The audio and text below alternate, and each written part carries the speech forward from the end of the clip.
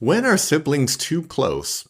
Too close. That's the question Dead Ringers asks. Welcome to Canadian Corner, the series where I watch and review the best and worst of Canadian content on my way to becoming the most prolific reviewer of all time. Have you ever noticed how confusing the title Dead Ringers is? There are multiple movies with almost the same name. There's Dead Ringer, the 1964 thriller starring Bette Davis, plus several other films with similar titles. But Dead Ringers from 1988 is something completely different. Trust me.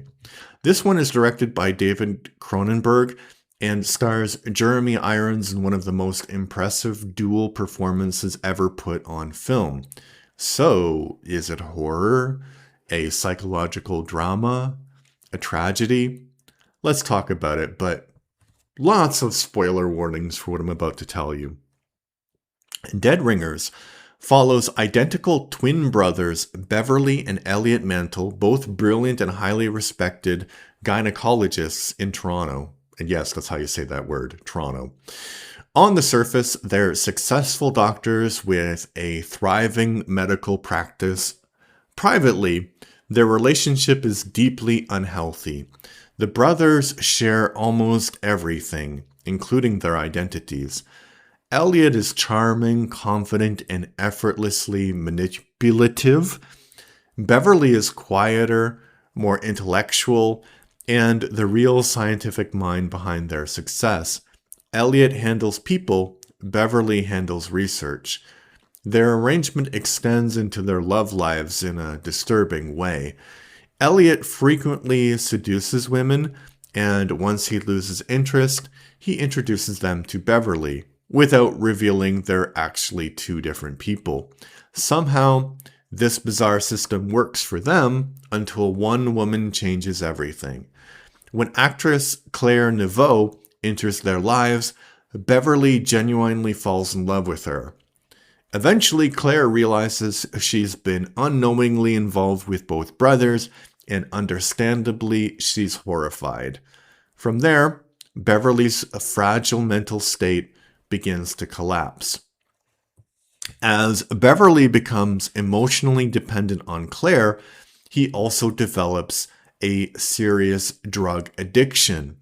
When Claire leaves town for work, Beverly calls her hotel room and another man answers the phone. Instead of assuming it's simply a colleague or crew member, he immediately believes she's having an affair, and that causes him to crash out. That paranoia sends him into a complete psychological spiral. He becomes convinced that women's bodies are somehow mutated and begins designing bizarre surgical instruments that supposedly only he can use. This is where Cronenberg's signature body horror appears.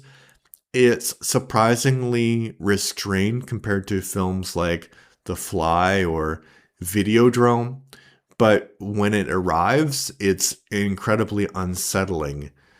The nightmare sequence and the grotesque surgical tools are some of the film's most memorable images. But the biggest reason this film works is Jeremy Irons. Playing one convincing character is difficult. Playing identical twins who constantly interact with each other and making the audience instantly recognize who's who is incredibly hard. Yet Irons somehow gives Beverly and Elliot completely different personalities through subtle changes in posture, voice, facial expressions, and confidence. It's easy to forget you're watching one actor. His performance earned widespread acclaim and won him several critics awards, although surprisingly, he wasn't even nominated for an Academy Award, which is a bit of a tragedy there. Let's talk about Cronenberg's direction. Visually, the movie is stunning. Cronenberg isn't relying on jump scares. Instead, he creates an atmosphere that's cold, clinical, and increasingly dreamlike. One detail that really stands out is the operating room sequence where Beverly wears bright red surgical gowns while using his custom-made instruments. It's visually striking, even if it doesn't seem especially practical for actual surgery. Throughout the film, many shots feel carefully composed, almost like paintings. The final image of the two brothers lying together is especially haunting. But is it horror? This is actually a question I kept asking myself. The film contains horror elements. It has disturbing imagery. It has body horror, a little bit. It has psychological breakdowns. But it never really tries to scare you. More than anything, it's a psychological drama about obsession, addiction, codependency, and identity. The real horror isn't monsters or violence. It's the talk about one tiny thing that didn't work. If I had one criticism, it's the setting. The movie takes place in Toronto, with the twins growing up in Canada before attending medical school in Cambridge, Massachusetts. But oddly enough, Jeremy Irons speaks with his natural British accent, and even the child actors sound British, which doesn't make any sense, because if they grew up in Canada, they would have lost the accent. Meanwhile, Claire has a noticeably different accent altogether. She's French-Canadian, so that works. The Canadian setting doesn't really affect the story, and aside from a handful of exterior shots, Toronto barely appears. I said it the weird way. That's the weird way. Toronto barely appears on screen. It almost feels like the story could have taken place anywhere. The real life inspiration for this. One fascinating piece of trivia is that Dead Ringers is loosely inspired by the true story of Stuart and Cyril Marcus, identical twin gynecologists from New York. The Marcus twins were known for sharing an unusually